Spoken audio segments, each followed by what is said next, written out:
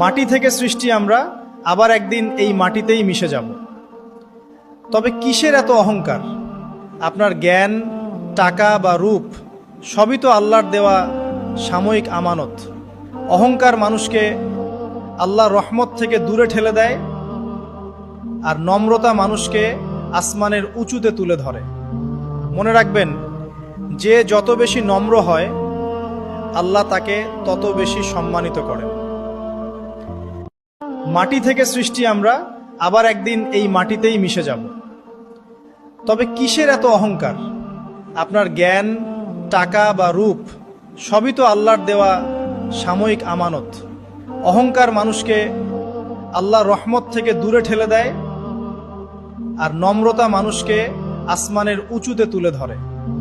মনে রাখবেন, যে যত বেশি নম্র হয় আল্লাহ তাকে তত বেশি সম্মানিত করেন।